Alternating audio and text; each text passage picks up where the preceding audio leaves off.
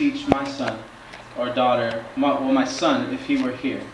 And it helped me to think about what's really important at this stage of my life. I wrote it a couple of years ago. Some of you guys have probably heard it, but I figured I'll just share it now. So, it's called The Letter to My Unborn Son. Or daughter.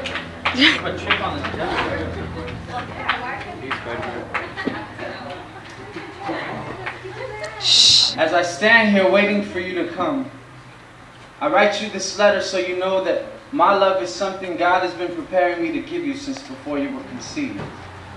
Honestly, since before I even knew how to believe in love.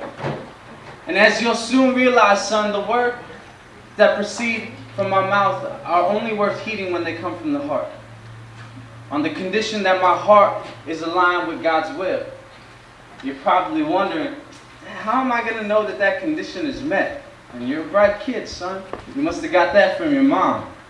But son, you'll know that the condition is met.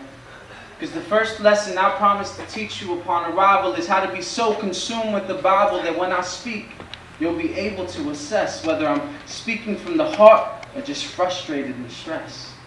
Because His Word is the only thing that's going to keep that thing pumping under your chest. But I digress. You see, it's time for our first heart-to-heart. And I've meditated on these things just a little, so don't try to get smart. Just listen. Now, first and foremost, and I need you to really listen close, because this is going to be harder for me to tell than it is for you to understand. You see, son, this world isn't an easy place to dwell. Evil's got this place filled with such ills as poverty, injustice, racism, corruption, misogyny, abductions, war, murder, and genocide, with just a little bit of reluctance from people to get up off their butt and really start to do something. And as hard as it is for me to admit, I haven't done one bit to change the way the world currently sits. But I'm learning, just like you will. I'm learning that you really got to think before you say, especially if beforehand you just happen to forget to pray. I'm learning that I'm always going to make mistakes. I just got to break free from the chains of guilt that give me an excuse to repeat them every single day. I'm learning that life is way too short to be worried about life. We just got to live every second with the kingdom of heaven in sight. I'm learning that a mind is a terrible thing to waste. Especially if you're a student of color, because it's time to make a change and amend the social constitution that reminds us every day that blacks and Latinos are intellectually 3/5. And if you're an Asian man, it's the physical standards of humanity that you just happen to miss. And you want to know what really makes me sick? When they tell my Asian and Latina sisters they're nothing more than an exotic little fix. And I'm sorry if I'm getting a little tick, but I will not allow the suppression to succeed and let you be stripped of your holistic identity in Him. Because your gender was not a mistake. And neither was your ethnicity or culture.